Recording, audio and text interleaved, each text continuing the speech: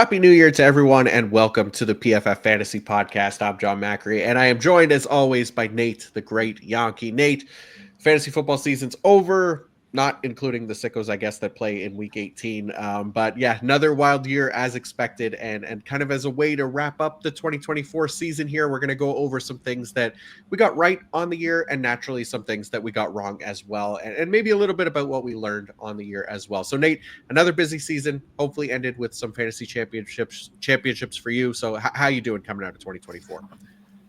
Yeah, doing well. Glad that I get to be on here to start the year. Last year, this was around the time that I was switching back to the business to business IT side of things. And this year, I get to stay on fantasy all year round. So I get to have this kind of recap episode with you, which I wasn't able to do last year. So excited to go over what we got right and got wrong. Luckily, we will avoid talking about Week 18 too much. I was doing the Week 18 rankings yesterday, and it was such a mess trying to figure out what some of these teams were going to do with resting players. And the Rams, even though they have the seed to fight for, are probably going to rest players. So it was like a good 5 or 6 teams that I'm just like, I don't know. Yeah, no, it's a complete mess to try to sort out. Who knows what? Yeah, you're right. Like the there's a ton. I mean, I'm glad that luckily this year I think was first year I didn't have any leagues that go on to week 18, so going to continue to just try to avoid this week because naturally it is a disaster to sort through. But good luck to anybody that is in week 18 and has to figure it out. Like you said, Nate, you got the rankings up there on the site, and yeah, also again it's very exciting to have you here on here to start the off season and kind of go over our kind of year in review type content, and then we're going to get into our free agency and NFL draft stuff, which will be a lot of fun as well. But figuring the first episode of the year just to wrap up 2024, put a bow on it here, it's kind of looking at again what we did right or what we got right, what we got wrong, because there's always going to be stuff that we got wrong as well. We're not going to pat ourselves on the back too hard. There's obviously some stuff that we couldn't predict, but we'll get right into it, Nate, and we'll start with one of the things that you got right here in 2024, starting with Bucky Irving. What did you like about Bucky coming into this year, and how did things turn out for him? Yeah, Irving is someone I wrote about immediately after the draft. Had an article go up that night of winners and losers of that day of the draft. And Irving, for me, was kind of the big winner at running back, mostly because of his landing spot. A lot of running backs landing on teams that already had running backs. We saw that play out throughout the year. Guys like Trey Benson, guys like Blake Corum, who really didn't get a huge shot this season, where Irving seemed like the one clear running back who had an opportunity to earn a lot of playing time, and he was able to do that. So had him a good 4 rounds. I had a consensus, caught him one of my sleepers. Rachaad White, one of 2 players that I had a full round lower than consensus among the top 3 rounds of players. So the big thing was last year, Rachaad White was not very efficient on his running. He just had a ton of volume. So we knew the opportunity was there for Irving, and Irving outperformed my expectations, at least in terms of just how good he's been as a runner. Top 10 PFF run grade this season, so has been great running the ball, has even done some work as a receiver. So he ended up back-to-back in terms of fantasy points with Irving, or with White just ahead of him. White still remained fantasy relevant despite all of this because he scored a bunch of touchdowns and he has played a lot better than he did last year. So White still remained fantasy relevant, but I think Irving, especially at the end of the year, was on fire, and he should be a pretty high draft pick next year. Starting to put together 2025 rankings. We'll be talking about them throughout the rest of the month, and Irving should be pretty high on that list. Nice. Yeah, I'm excited about him. I mean, I was definitely one of those people that was, I guess, a believer in Rachaad White still being like a strong fantasy option this year. And it's not that he was a bust or anything. Like you said, he was still fantasy relevant. I think he finished as like a top 20 PPR running back. He was still solid, but Bucky was even better. I mean, I loved Bucky around draft time. I think Kate and I talked about him quite a bit, how we weren't concerned about, the slow 40 time. And we were more enamored with kind of his underlying metrics and the elusiveness coming out of college. And that definitely translated to the NFL, even with like size concerns and stuff like that going against him. He was just excellent every time he touched the ball. I wrote him up as this year's waiver wire ad of the season, but I know you likely had drafted him in a lot of leagues. I had a ton of him in Dynasty, but he was just one of 4 running backs to finish with 1,000 yards and at least 390 receiving yards. Also, the only running back to rush for 1,000 yards on fewer than 200 carries this season. 5.5 yards per carry, tied for the third best mark among running backs. So yeah, I'm with you. I love Bucky and hope he does get a bigger role next season. That'll be a lot of fun. So one of the ones we'll start with another one that I got right. Don't worry, we'll get into stuff that we got wrong as well.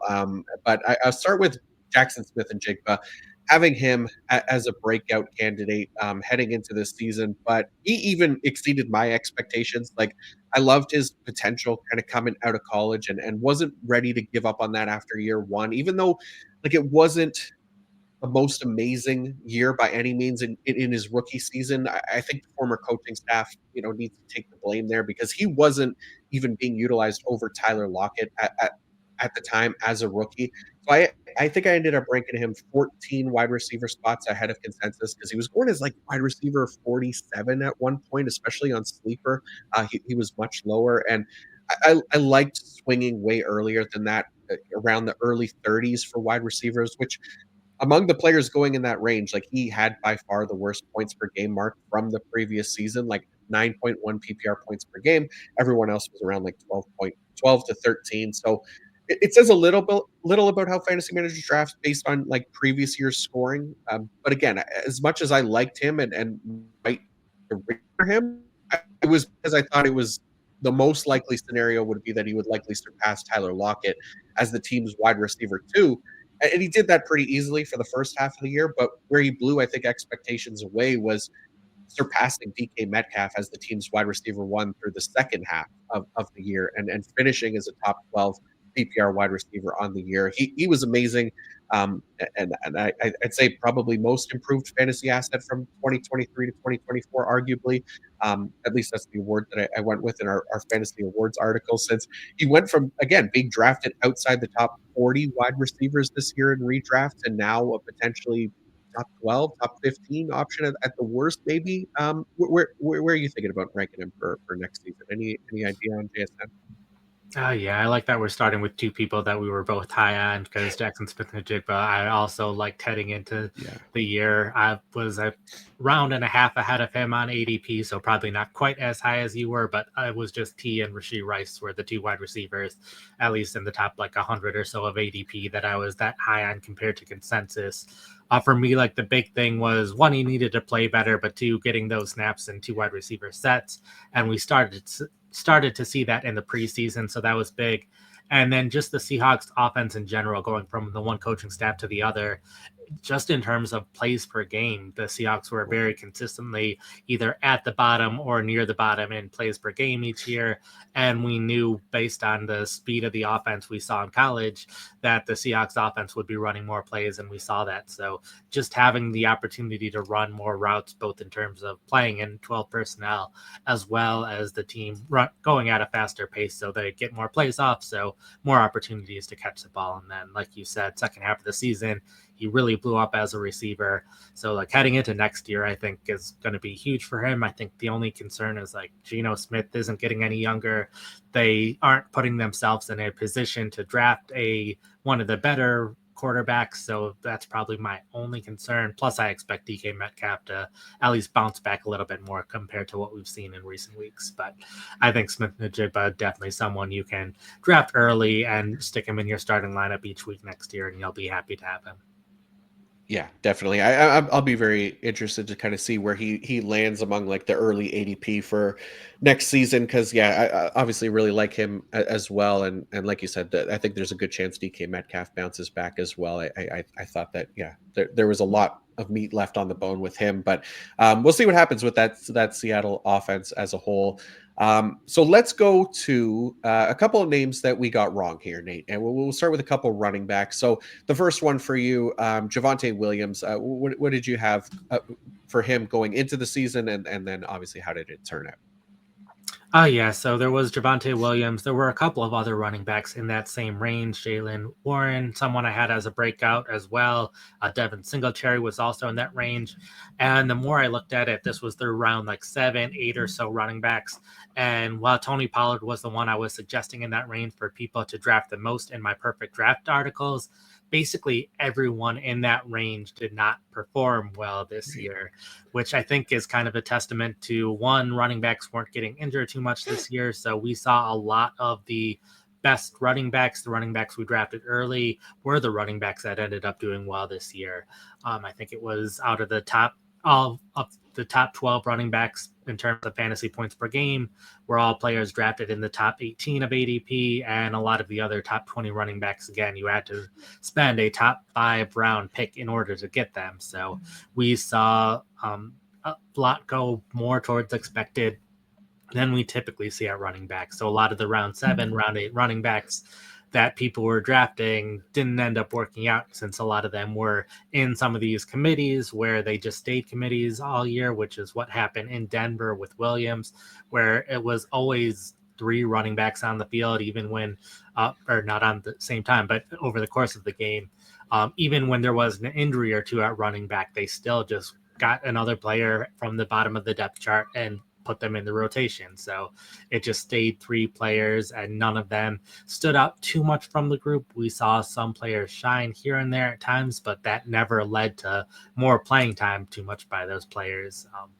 By the end of the year, we saw Williams basically not used in the run game anymore, just used as a receiver. So I think heading into 2025, this backfield will probably be one where whoever lands there is going to be someone highly valued in fantasy, because this offense is playing a lot better than expected. It's just none of the running backs have stood out. So if they get a running back that they like, that could be huge for fantasy, because we're seeing everything else from a Sean Payton offense starting to work out in Denver. Now we just need the running back part, which is why we like Williams heading into the year.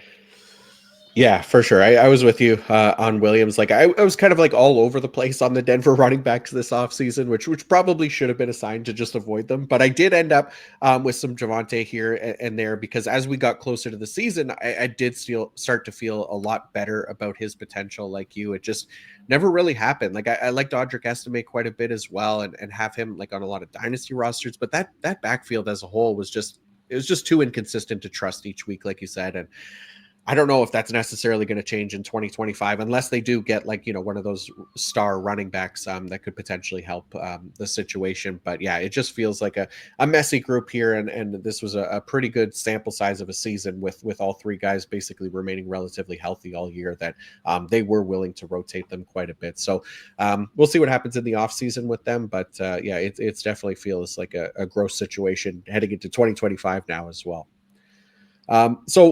Okay, so this one, this one seems stupid right now. That I got it wrong here.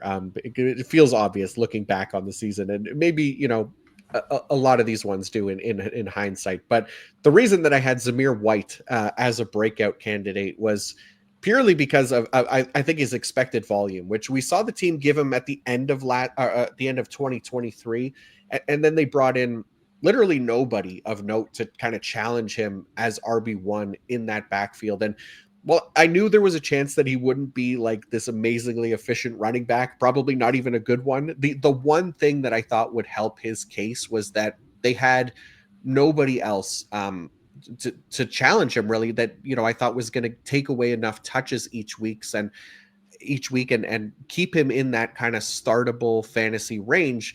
And it's like I wasn't overly excited about him. I think I had him as like RB31 in my final rankings, but even that turned out to be way too generous. So yeah, dead wrong on Zamir White. I guess the thing that I probably learned from this, as much as we love volume more than anything for the running back position, is you could still be bad enough that getting fired out the airlock is always a possibility. And I'll definitely be a little bit more careful on gassing up bad players at the position for expected volume, because yeah, even with not a lot of options, they still were not a fan of Zamir White in Las Vegas.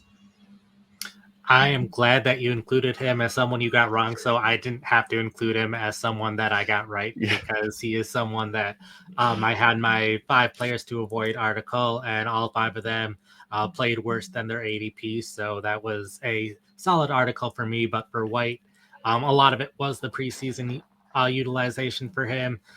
Seeing him not play at all on third downs, which made it clear he was not going to play on third downs this season, not playing in 2-minute drills during the preseason, so wasn't going to play in those situations, and was rotating with Alexander Madison, where Madison would come in the game, and typically that's fine in the preseason, but then White would enter the game again. So the fact that it was a rotation there, even Dylan Labe, who didn't really see any playing time outside of one fumble this season, was rotating in the preseason, and White even playing in the third quarter of the second preseason game. And I think running back is a unique position that you don't want them to get hit that often in the preseason. So most teams don't play the running backs at all. You see a couple of teams play their running back for like one drive in one game just to get used to playing again. But most running backs that are expected to see a lot of playing time in the regular season do not see that playing time in the preseason. And White was definitely a clear exception there. So I was concerned about his playing time. And that went along with the offense of you expected the offense to not play that well, especially with the quarterback situation they had. So they'd be playing from behind in a lot of games. So therefore their early down running back would not be playing a lot in the second half of games. So even though that was compounding on White only being an early down running back, is the offense that he was in. And I was surprised that it got to the point where he was benched for Madison, and then injuries kind of took its toll over the course of the rest of the season as well. But he wasn't playing well, and he got benched before those injuries happened too. Yeah, he was not good. And I mean, really, none of the outside of Sincere McCormick, there was no really good Amir Abdullah last week. Okay, fair enough. Last week in week 17. I mean, if anybody started Amir Abdullah last week, I would be very surprised. But yeah, so we'll see what happens. I'll be interested to see if they. I mean, I feel like they have to add somebody to that backfield. Like if they want to improve this offense at all, like their running game definitely needs to improve there. So as do a lot of things with that Raiders offense. So we'll be carefully watching them in the offseason. All right, let's go quickly to let you know that this episode is brought to you by Fabric by Gerber Life.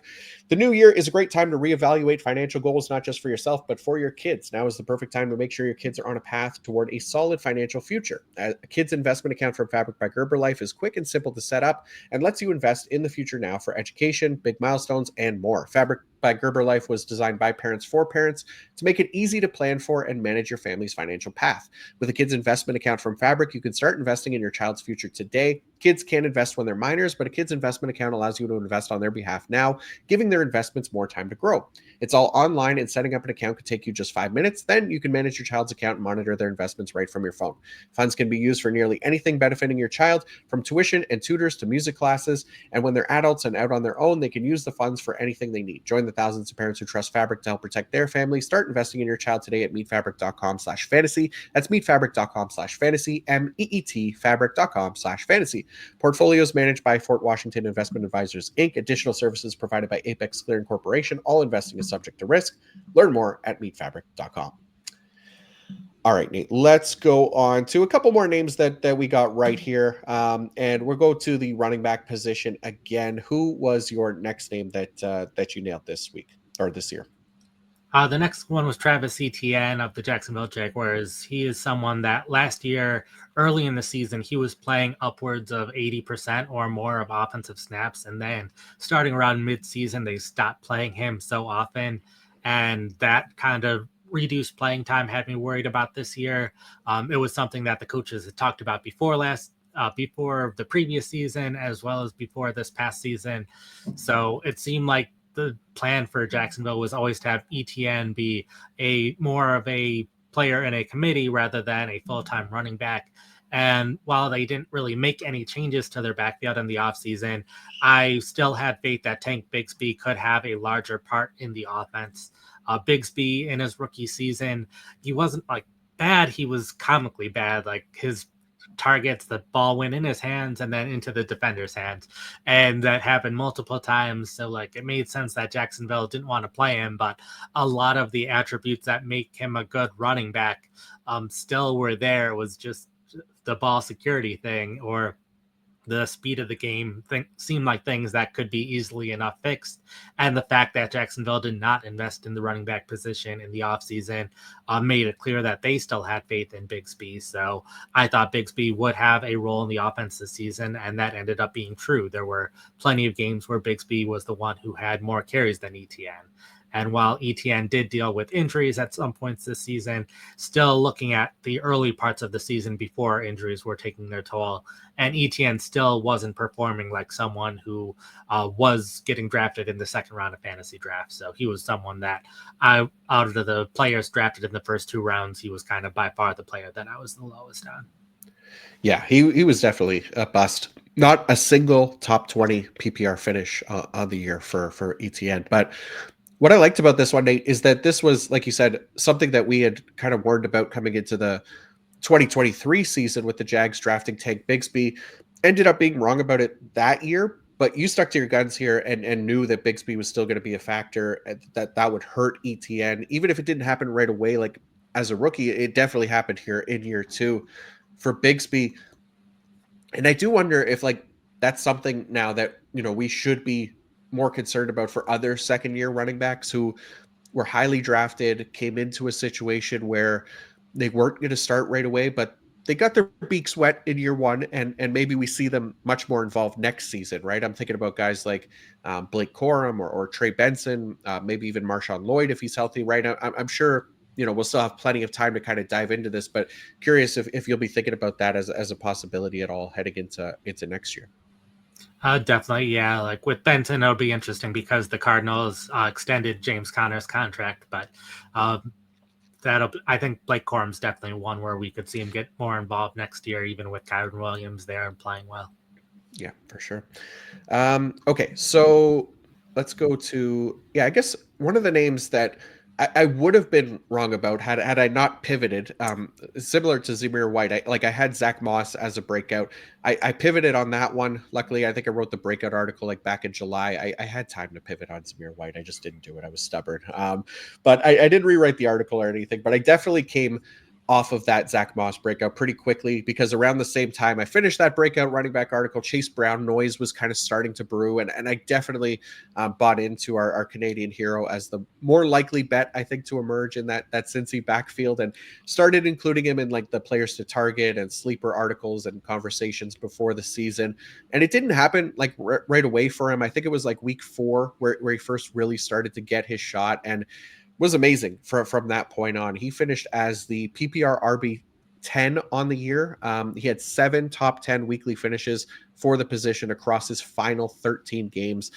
He was excellent, and more than anything, I'm just glad I pivoted away from Zach Moss here. So not being afraid to, I think, come off a prior take was kind of my takeaway here, right? Not being so stubborn, like I maybe was with Zamir White, for example, but willing to pivot, willing to adjust as news and stuff like that comes out, I think is important. And Chase Brown was definitely a good example of that, because early in the offseason when they brought in Zach Moss, it seemed like he was potentially suited for that kind of Joe Mixon role, but that there was a chance that was going to be split up, and it turned out that it was going to be Chase Brown in a very heavy Joe Mixon role. I mean, up until he got hurt last week, he played every single snap. The guy was just a workhorse in every sense that we love. So love the what we got here from Chase Brown in 2024. Oh, yeah, he is someone where I was high on the Bengals backfield in general because we've seen Joe Mixon play or have so much fantasy production in that role. So I was like, either one of these running backs, if someone is able to emerge and they're going to have a ton of fantasy value, which is what played out. So I still had Zach Moss one spot ahead of Chase Brown, but I had them back to back in my rankings. And when you compare that to ADP, I had Zach Moss right around ADP, where Brown ended up like a round or 2 lower in ADP. So having them back to back, I was still high on Brown relative to consensus, but I was fine drafting either one of these running backs and just hoping one of them ended up with a bigger role so that they could have some of the fantasy production we've seen out of Joe Mixon all these years. And that's what ended up playing out. Brown ended up being excellent, like you said. So while that meant I did draft Zach Moss here and there and didn't end that ended up not working out. But when you're at that point of the draft, you're just kind of throwing darts and hoping you get someone who can hit it big, and not all of them are going to work out. But being high on Brown meant I did get Summer Brown, and those leagues did work out in a big way. Yeah, for sure. And I didn't completely ignore like Zach Moss in drafts or rankings either. I'm pretty sure I had them really close to one another as well.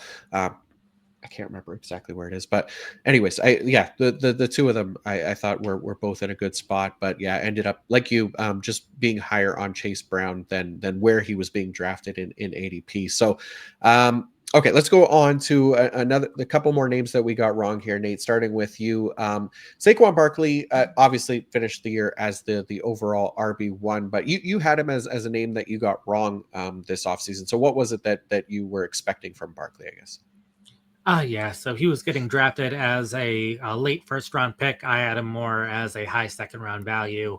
A couple of things that I was concerned about. One, just his talent in general, because he is someone who graded out so well in his time early on with the Giants, but then injuries took his toll, and he had never graded at the same level as what we saw during his rookie year.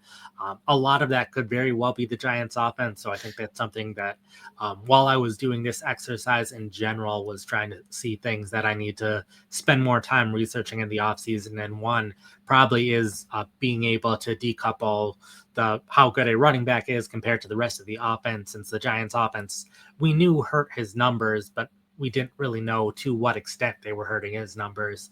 So that was one thing. I was also concerned about Jalen Hurts and the tush push. I was also concerned about his receiving production, with Jalen Hurts not throwing as much to running backs, as well as just the receiving options they have in Philadelphia that they probably don't need to throw to the running back as much. So we did see the tush push continue to happen. Jalen Hurts continues to get all of the 1 yard touchdown runs, and Saquon Barkley did see a reduced, all of his receiving numbers were reduced this year. So those things did happen, but they did not matter. And a big reason why they didn't matter, as I dug more into the numbers, is Barkley had 9 touchdown runs where it was at least 10 yards for the touchdown that he had. And we have not seen that in a very long time. It's been since 2008, the last time we've seen a running back have that many long touchdown runs. And that's been a huge part of his fantasy production. I think the second most was 5 of those touchdown runs. I think James Cook has that. And that's typically around each year. What we see for the person who has the most in the league is around 5 of those runs. League average was 2.5 per team. So Barkley well above league average there. And a lot of those runs, a couple of them were 70-yard runs. There was a 60-plus yard run in there.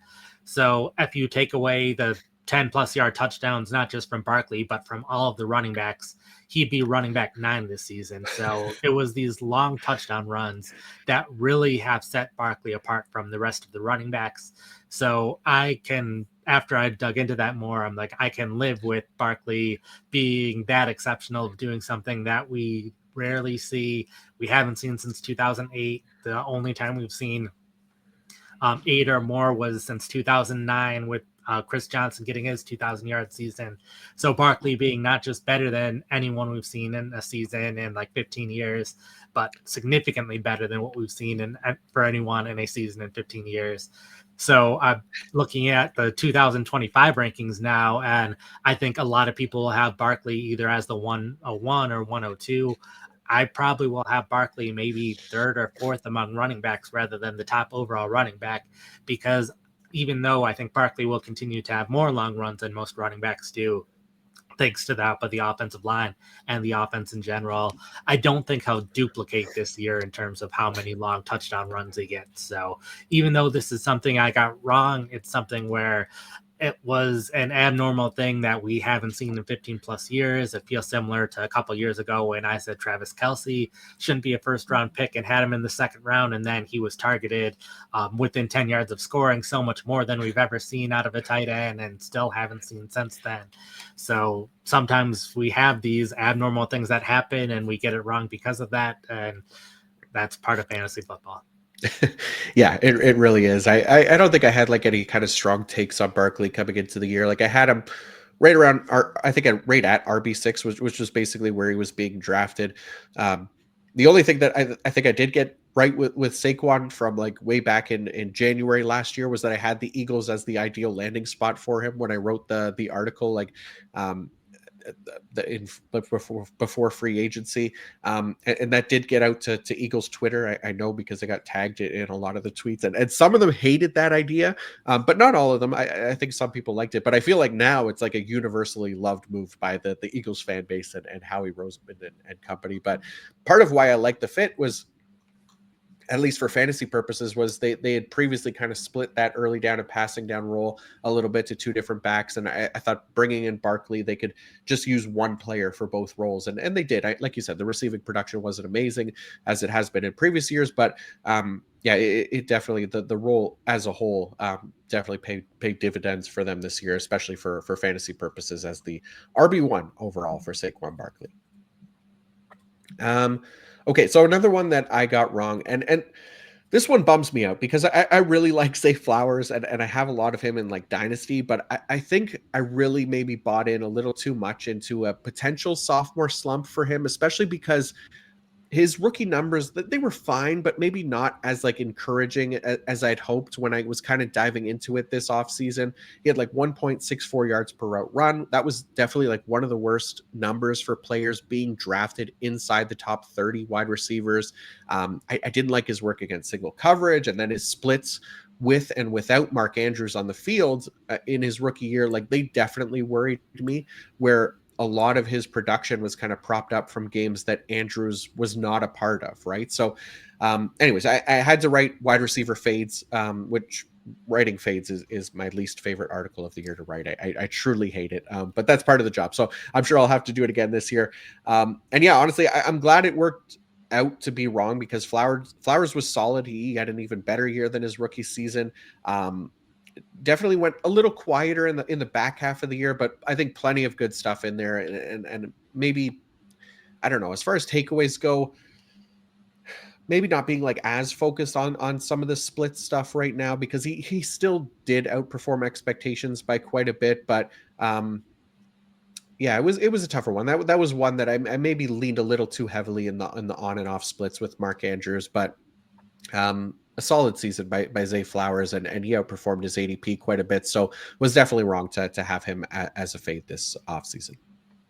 Fair. I think Flowers is someone that I feel like I've never really had a strong opinion on him one way or another. I'm like, he was drafted as a first round player, so pick him typically where you have first round wide receivers who are picked later in the draft. And like, he was someone where I know his ceiling's always capped because he's in that Ravens offense where there's so many other players that are going to get their production. So that's been true, but I've also kind of expected other players to potentially emerge more in Baltimore than they have. So because they haven't, Flowers has been the clear top receiving option, and Mark Andrews still has had fantasy value over the course of the second half of the season in particular, and a lot of that's been touchdowns, where Flowers is the one getting all the yards a lot of the time in the passing game. So while I still think he's even going forward just going to be a frustrating player, where some weeks he's can have a big week. Other weeks he'll have next to nothing or actually nothing, because we've seen that happen as well with Baltimore.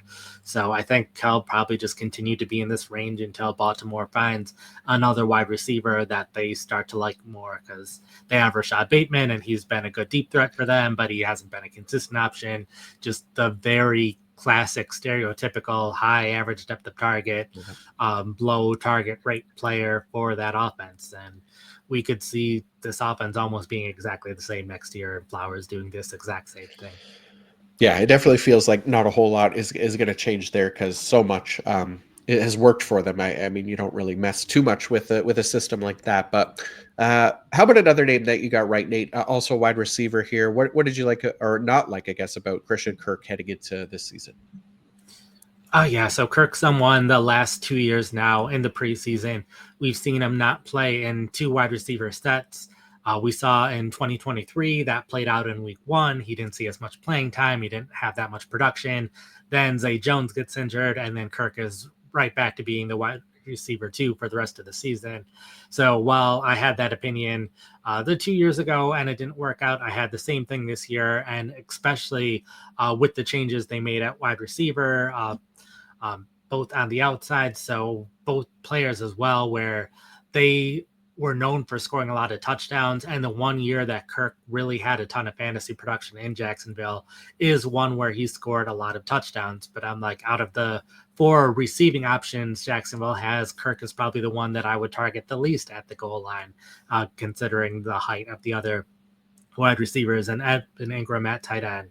And then knowing that he wasn't going to play as much in 2 wide receiver sets. This year, that did play out over the rest of the year when Kirk was healthy. So Kirk not playing, only playing a small percentage of snaps in 12 personnel, not scoring a lot of touchdowns, just had the 1 this season. And then, injuries ended up taking half the season away from Kirk. But even over the course of the first half of the season, if you're just looking at fantasy points per game, he still did a bit worse compared to his ADP. Yeah, looking at that stretch of 8 games when he wasn't healthy, 1 game basically inside the top 20 PPR finishers for the week, and a lot of bad in there as well. So yeah, it was a weird year, I guess, for Jacksonville. Like Evan Ingram got hurt, Gabe Davis got hurt, Christian Kirk got hurt, Trevor Lawrence got hurt. Like Brian Thomas Jr. emerges as like a legit star. So I wonder if anything, changes as far as like Brian Thomas Jr.'s like wide receiver 1 emergence specifically, or anything like that, if all these guys stay healthy. But I mean, I don't think, we can't look at that way now, because I think Brian Thomas Jr. did prove himself to be like a legit wide receiver 1. So it'll be really interesting if everybody's healthy next year, especially Trevor Lawrence, how much better maybe the Jacksonville offense could be. It's going to be hard to be worse. I think they were really not good, but Brian Thomas Jr. was kind of the lone bright spot. So I wonder if anybody else could get some, we could get some fantasy value out of there next year. Maybe Evan Ingram. I know I keep believing in Evan Ingram as a tight end, but feels like maybe the more obvious option of the group, but we'll see. Well, I wouldn't be surprised if they change coaching staffs, and with that could come a lot of changes. Like there were trade rumors around Kirk right before his injury. Right. It sounded like he was someone that would get traded at the trade deadline, and then he played the week before the trade deadline, so that didn't end up working out. Evan Ingram, someone that I believe he is someone they can cut and get a lot of cap relief if they wanted to. And with how Brenton Strange played this year, Strange was almost identical to Ingram in terms of a lot of production metrics and fantasy points per game when they're starting and that kind of stuff. So if you'd rather have the 24-year-old tight end, I think that's around how old he is, compared to the 30-year-old tight end who you're paying a ton of money for, I would guess a new coaching staff would want Strange. Gabe Davis could be a one and done in Jacksonville. We could see an entirely different offense next year compared to what we saw this year. Yeah, that's a good point on Strange and Ingram as well. I would, definitely rather have Brenton Strange at this point, all things considered. Okay, so another one to get right here, and another Canadian hero to highlight, and this time it is Chuba Hubbard. Now, this one I think kind of goes hand in hand with fading Jonathan Brooks this offseason, and I feel bad for Brooks suffering another injury. That's not fair to him to highlight him here, but it's also part of the reason I think why Hubbard was such kind of an obvious target at his ADP. And I feel like one of the bets I maybe felt most confident about heading into the year, that Hubbard would be a great value at cost. And man, was he ever. Another one that kind of greatly outperformed expectations. I moved him up 8 or so spots among running backs. I think I moved Brooks down 8 spots. So they were basically right next to each other in my ranks, because they were not close at all, according to ADP, and ended up with a ton of Hubbard because of it, which I couldn't have been happier about. He finished as the RB11 on the year. It sucked, obviously, that he missed week 17, obviously, but he's a huge part of why, my teams with Hubbard on them were even in the playoffs or in the finals. So, it is what it is there. But I think this one too, maybe a good lesson in not getting caught up too much in rookie hype, even with ones with high draft capital. And yes, there were plenty of rookies who delivered this season in a big way, but kind of approaching these situations, I guess, with some nuance is important, especially in this case, which I was kind of harping on whenever I got the chance, about Brooks coming off injury, Hubbard being a very capable NFL running back, Brooks only having 1 season of experience as a starter, and that even if he was healthy and got in the lineup, I thought it was going to likely take some time before he even took over that backfield, if at all. And, all those things kind of played a part in some way. Again, it sucks that Brooks got hurt, but Carolina also extended Chuba Hubbard in season. So just because there's, a highly drafted rookie there doesn't necessarily means that that job is locked down basically for that future prospect. So I was really happy with Chuba Hubbard's season, obviously, and again he outperformed even my expectations because he finished as a top 12 running back this season. So he was excellent. Oh, yeah, he is also someone I had higher than ADP. In my mind, he was kind of tied with Devin Singletary as these running backs that were like, we know they're going to be week 1 starters, getting 10-plus carries immediately, but they're getting drafted so low right now that I was fine drafting both of those players compared to where they were getting drafted, because it was right at a range where you started to get to the running backs that were clear backups that were only upside plays in case there was an injury, guys that you knew weren't going to get the starting job. I'm going to mute myself currently. Sorry about that. A car alarm going off. That was not mine, luckily. But so Hubbard, someone that I was fine with getting at his ADP because there were all these players like Tyler Algier is an example of he's someone that needed to have an injury or have a whole lot of luck to win the starting job compared to someone that you can put in your fantasy starting lineup week 1 and potentially a lot longer than week 1. And like you said with Jonathan Brooks, it was a situation where we knew the injury was happening. As the August and July played out, there was less and less optimism about how soon he'd be back. And then it's like, okay, if he's back mid-season and the Panthers are already out of the playoff race, why rush Brooks back? And so it made sense that Hubbard could have a lot of fantasy value all year. And similar to what you were saying, I think he outperformed expectations. He played better than expected. He earned himself a contract extension. So he definitely played better than I expected. But I think the process was right. He's the starter now. He could continue to be a starter all year, and you can get him this late in the draft, which doesn't happen very often. For sure. All right, a quick shout out from our friends at DraftKings next. Have you played Pick 6 from DraftKings yet? What are you waiting for? You better get on it. The playoffs are nearly here, and time is running out. As the official daily fantasy sports partner of the NFL, DraftKings does fantasy sports like no one else. Play for better payouts on Pick 6. It's super easy to get started. Select 2 or more players. Choose if they'll have more or less of a stat, like touchdowns, yardage, sacks, and more. Pick 6 is available in most states, including Missouri, California, Texas, Georgia, and more. And DraftKings is making it even sweeter for first-timers. New Pick 6 customers play $5, get $50 in Pick 6 credits. Win more cash on Pick 6. Download the DraftKings Pick 6 app and use code PFF. That's code PFF for new customers to play $5, get $50 in Pick 6 credits only on DraftKings Pick 6. The crown is yours. Gambling problem, call 1-800-GAMBLER. Help is available for problem gambling. Call 888-789-7777 or visit ccpg.org in Connecticut. Must be 18 plus. Age and eligibility restrictions vary by jurisdiction. Pick 6 not available everywhere, including New York and Ontario. Void where prohibited. 1 per new customer. Bonus awarded as non-withdrawable Pick 6 credits that expire in 30 days. Limited time offer. See terms at pick6.draftkings.com/promos. All right, Nate, let's go to a couple names that we got wrong here again. And we got to start with Kyle Pitts because really disappointing season for him. And we were both very optimistic about him coming into the year. Yeah, Pitts is someone where I thought a lot of things had been going wrong for him in the past and thought they'd turn things around this year with the new coaching staff, with the new quarterback, and so on.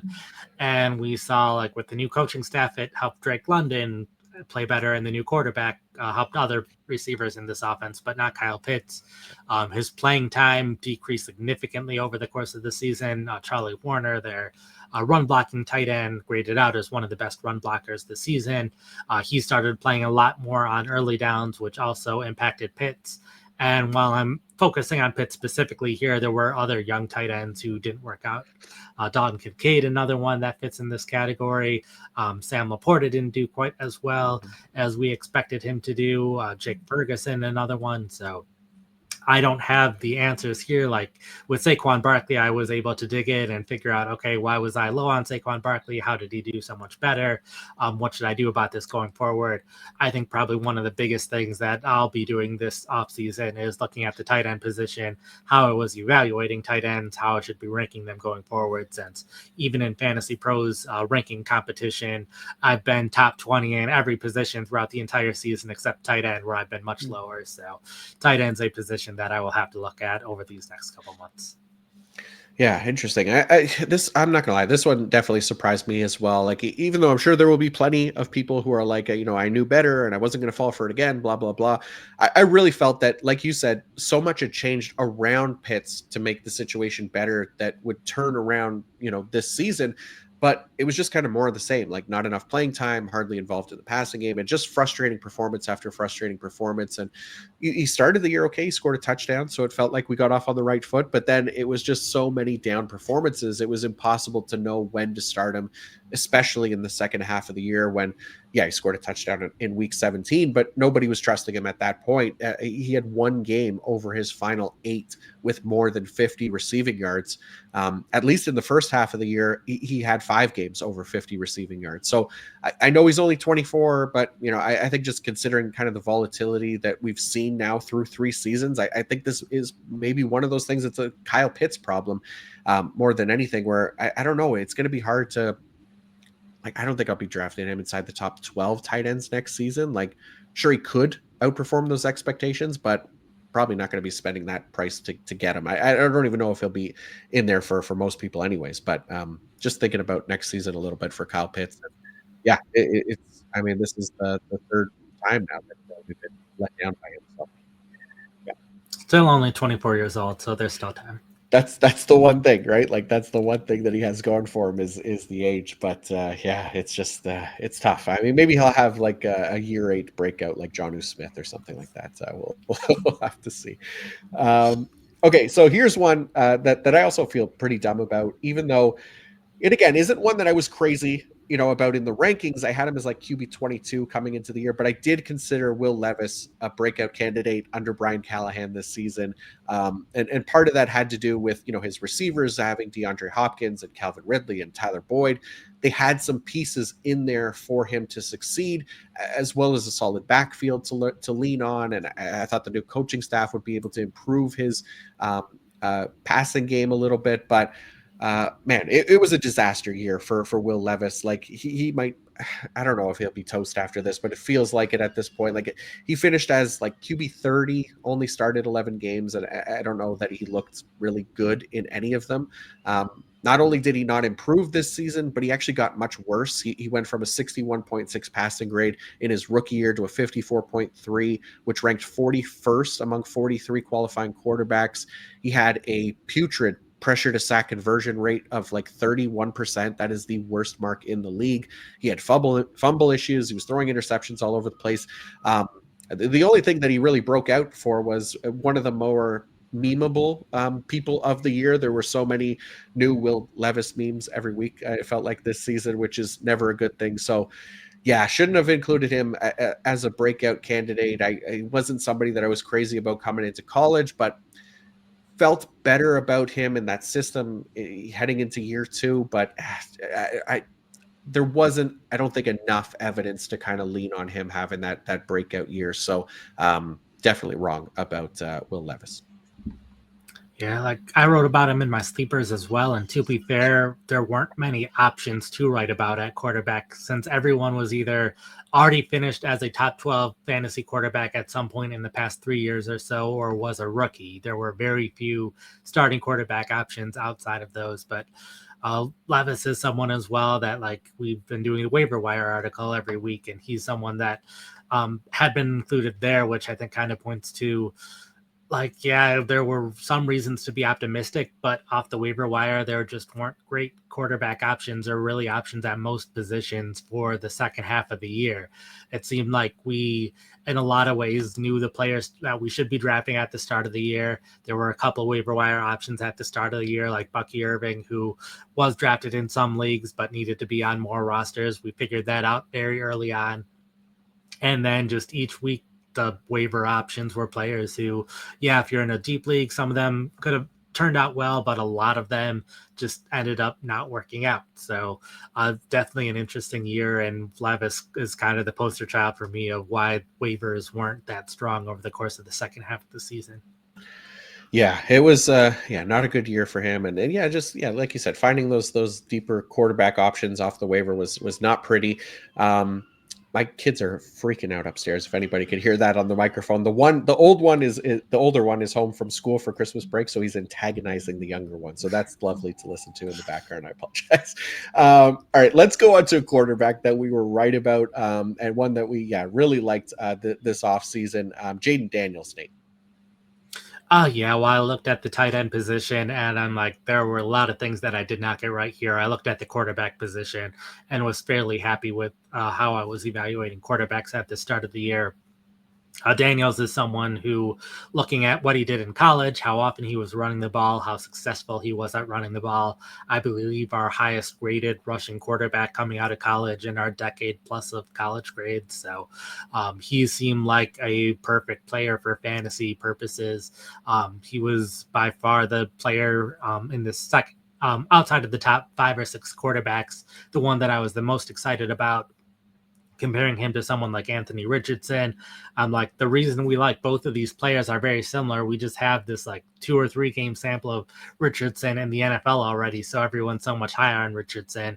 But I'm like, Daniels was a better rusher in college. Daniels is in a better offensive situation. We should probably be liking Daniels more. So when I wrote a quarterback draft strategy article, Daniels, it was like, the second best strategy you can do is wait on Daniels. The worst strategy you can do is pick Richardson at ADP.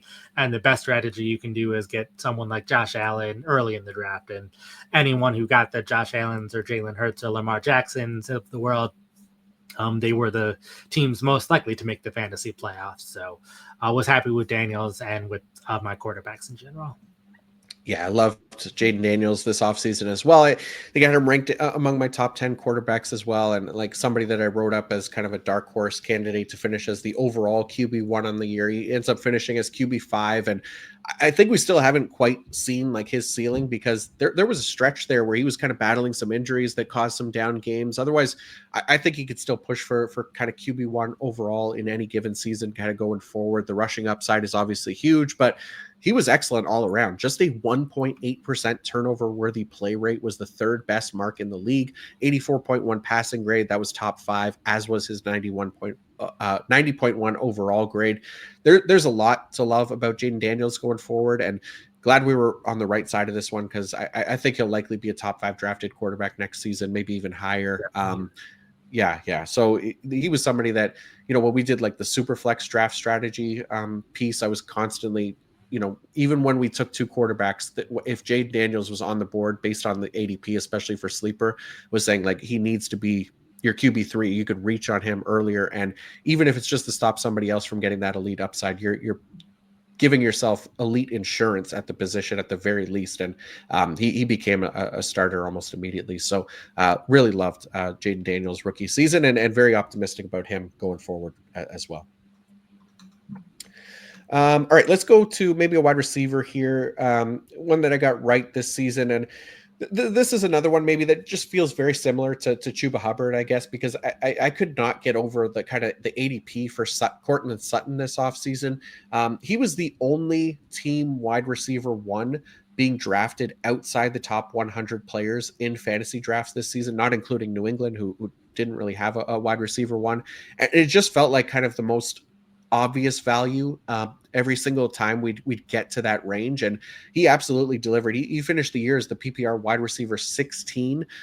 It didn't happen right away as this season, as the team kind of took a little while to settle in under Bo Nix as the starter to see kind of who would emerge. But second half of the year especially, he was locked in as a weekly fantasy starter, finished as wide receiver 12 from week 8 on, and he was being drafted as the wide receiver 50, like in that range, really all off season. I think I ended up having him as like wide receiver 36, so quite a bit ahead of where he was being drafted. So ended up with a lot of him, and just being happier for it, because this was a great spot for wide receiver 1 value, especially in drafts this offseason. Oh yeah, he's someone that I like better than ADP. He felt like someone you could draft and put in your third wide receiver spot all season, and you could draft him along with drafting a bunch of either rookie wide receivers or younger wide receivers, Yeah. and you weren't sure if they were going to work out. So if they didn't work out, you'd at least have Sutton to put in your lineup.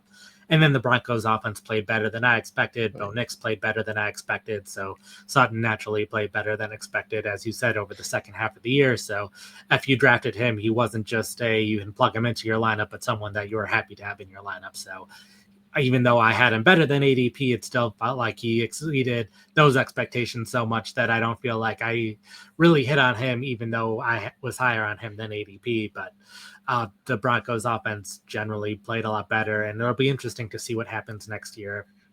Some of these younger wide receivers step up even more. We've seen Marvin Mims play a lot more and a lot better these past couple weeks in particular. We've seen them happy with Devon Bailey over the course of the season. Maybe they finally get a tight end who can catch some passes, which they haven't had in a couple years. So I'll be interested to see what this Broncos offense does this offseason to improve. For sure. Yeah. It's one of those weird things, right? Like where even if you feel really good about a guy, like at where he's being drafted really low in ADP, you don't want to move them up too much to like, throw off like the value for ADP and how people are drafting for the most part. Like you still want to keep them within kind of a similar range, but just understanding that they should be targeted earlier than they're going, basically, right? And you just don't have to make it like overly obvious and move them into like round 7 or something like that, but or around 5 or 6, whatever it happens to be. But just pushing him ahead a little bit earlier, just to kind of highlight his value, I think was kind of the main thing with Courtland Sutton, and yeah, he definitely outperformed expectations. So. Okay, let's wrap it up with a couple names that we got wrong here, Nate. And both of them are Miami Dolphins. So we'll start with Jonnu Smith for you. Yeah, tell us about Jonnu's 2024 season. Yeah, so he is someone that I kind of dismissed pretty early on in the preseason because of his preseason usage. It was a very clear they played their top 3 tight ends for an entire half of a game, and Smith was always on the field in 11 personnel, never on the field in other personnel groupings. And typically, tight ends who are used like that, it's very hard for them to have any kind of consistent fantasy value. So even though I've known that he's capable of making big plays, it would be impossible to know when those big plays were going to happen. So he probably wouldn't be in your fantasy starting lineup when that happened. And we saw that kind of play out over the first month of the season. He was consistently getting 20 or fewer yards in most of the early games, but then had the big game in there and was consistently playing less than 50% of offensive snaps. But then he had a big game or two, which led to more playing time. And then eventually he had another big game or two, which led to even more playing time, to the point where he was just consistently playing well over the second half of the season, was the top overall fantasy tight end over a stretch of games late in the season as well. So he is someone who's also graded better than what we've seen at any point in his NFL career. And he has always been someone that's been a concern in terms of playing time, going back to his days with the Tennessee Titans, where we thought he'd be a breakout. He was playing in some situations, but not playing in all situations. And then in Atlanta last year, playing in some situations, not all of them, making a lot of big plays. He was like, okay, borderline, maybe we can put him in lineups finally, but maybe we can't. And it's been 7 years of not knowing if we can start Jonnu Smith or not. So that may have played into things a little bit as well. But we'll talk about it with Jalen Waddle in a second. Like part of it, as well as the Dolphins have so many other weapons, that I thought it would be hard for Smith to have any kind of consistency too. So I'm partially okay with not anticipating an 8th-year breakout for a tight end, but on the other hand, maybe I shouldn't be taking as much stock into tight end not seeing playing time in 12 personnel early, because that doesn't necessarily mean they'll never see playing time in 12 personnel. Although there are other tight end situations that did play out like that, like Noah Fant with the Seahawks. I felt very similarly with yeah, he has some talent, but he's not going to be on the field as much, and Fant hasn't been a fantasy relevant tight end this year. Yeah, that's a good point. And I mean, I think this one like really is just kind of surprising more than anything. Like, and one that I think a lot more people would have been wrong about than right, just because Mike McDonald's offense, like it hasn't really supported a fantasy relevant tight end before, especially not as consistently as what we got from Jonnu Smith, where he could be the overall tight end 4 on the year, especially in the back half of the season. Like you said, he was tight end 1 from week 7 on. So he was generally somebody that was undrafted, kind of going outside the top 24 tight ends in most leagues. So this was one that I would say nobody, but I'm sure there was somebody out there that There were liked him. people. Sure, yeah. So it's all coming again. 29-year-old journeyman tight end breaking out in year 8. Like there was a lot going against him. He had that, maybe that final year in Tennessee where he scored a bunch of touchdowns, but I don't even think he had 500 yards there. So it was still kind of out of nowhere a little bit for Johnny Smith. Okay, so you mentioned him, Jaylen Waddle. This to me, saving the worst for last, at least as far as I'm concerned. And I think this is the player that I'm probably personally most disappointed in this season, because I loved Jaylen Waddle coming into the year. I had him ranked as wide receiver 14. I wrote him up as a dark horse wide receiver 1 candidate. I think I put him in the wide receivers to target at ADP as well. Like I thought there was so much to like about Waddle coming into the season, and holy hell, I could not have been more wrong. He didn't even really deal with injuries that much either, which is what hurt him last year, like at least up until week 16 and week 17 this year. But by that point, nobody was really trusting him anyways. I mentioned how I had him in as wide receiver 14. He had just one game all season where he finished inside the top 15 PPR wide receivers for the week. Tua Tagovailoa missed some time, but whether Tua missed time or not, he really did nothing. And that was with the regression of Tyreek Hill as well, which is something that I thought was a possibility and would play into Waddle's favor. But it didn't. Even with Hill regressing, like Waddle could not step up. So I don't know, like if process was necessarily wrong with this one. Like he checked so many boxes coming into the year. He had this high end target rate. He had this high end yards per route run. He had the quarterback. He had the passing offense to kind of thrive, but somehow ended up with career low marks in not just fantasy, but yards per route run, receiving yards, targets, receptions, touchdowns, only 2 touchdowns all year, career low receiving grade. Like he was a non-factor. And I don't know. I'm honestly hoping that it was an outlier year because I still have like a lot of Waddle in Dynasty and like him. But after trusting him so much this season, I don't really know how to value him heading into 2025 just yet, because he's another guy that's fairly young, 26 years old. He has talent. We just saw none of it here in 2024. So I gave him our most disappointing fantasy option of 2024 award when I wrote that article, but I'm curious where you're at with him. Like if you feel the same, or maybe you had a player you thought was more of a disappointment. But yeah, Jaylen Waddle for me was definitely the biggest miss on the year, I think. Yeah, I agree with a lot of what you said, and like PFF receiving grade as well. You could make an argument that he was a top 5 wide receiver in the NFL after last season.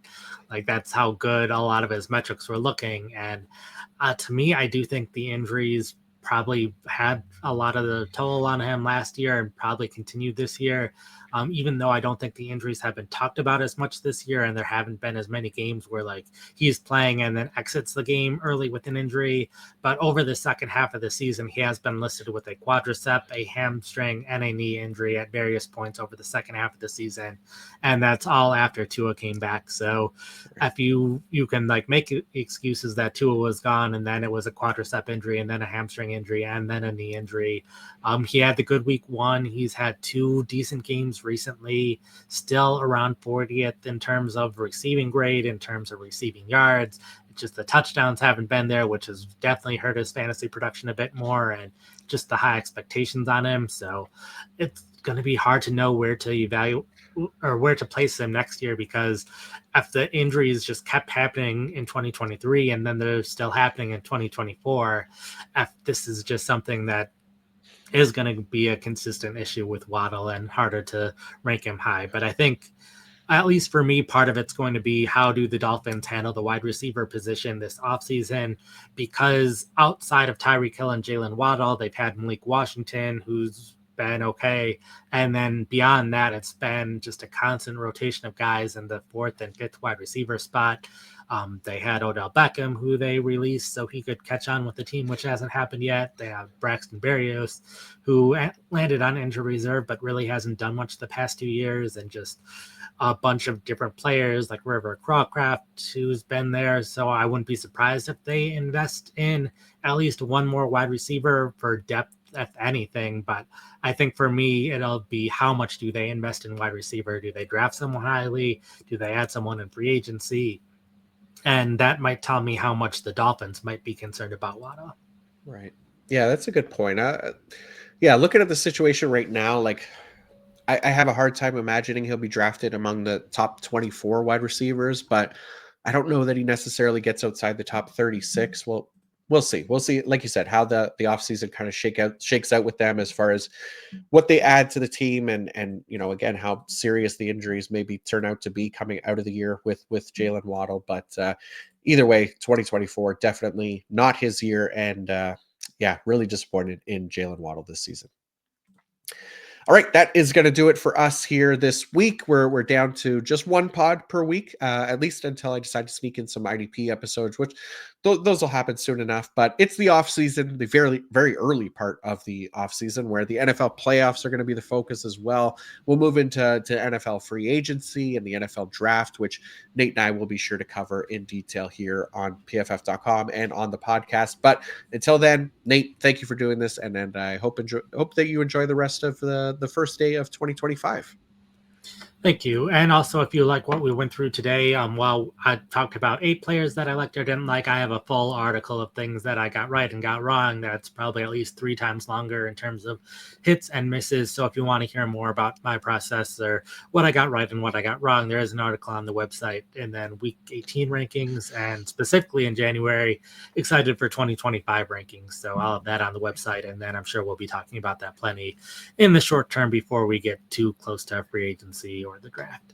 Yeah, that'll be fun to kind of get an early look at what 2025 might look like as far as rankings go. But yeah, enjoy that content.